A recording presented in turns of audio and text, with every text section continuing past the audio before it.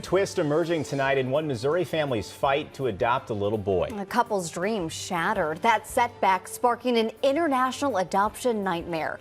News 4 investigator Susan Corey breaks new developments, which include help from the U.S. Capitol. 4-year-old Luke smiles in videos. We want him home. He's our son.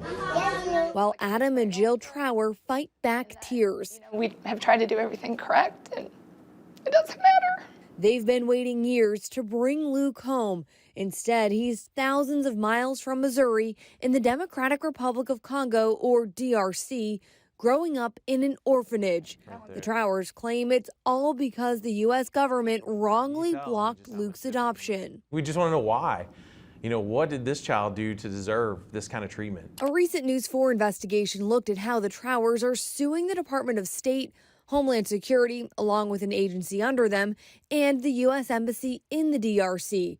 Turns out they're not the only ones demanding answers. It is, from my point of view, unconscionable what the federal government has done and is still doing to this family. U.S. Senator Josh Hawley has been looking into the Trowers case for months. He claims the Trowers case doesn't add up. In November 2018, Homeland Security approved the Trowers to adopt from the DRC. In May 2019, the DRC okayed Luke's adoption. The last step, a Department of State investigation, is supposed to take 6 months. Instead, the Trowers waited 2.5 years to learn they were denied.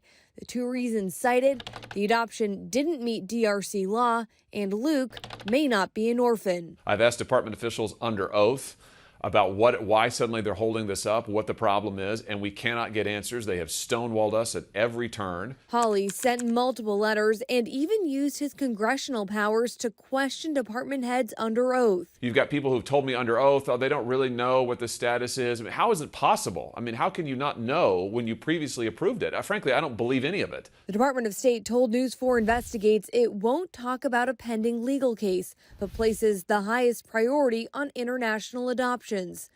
Homeland Security never responded to multiple requests for comment. That one's pretty recent. Yeah. The Trowers hope to get answers in court where their case is moving forward.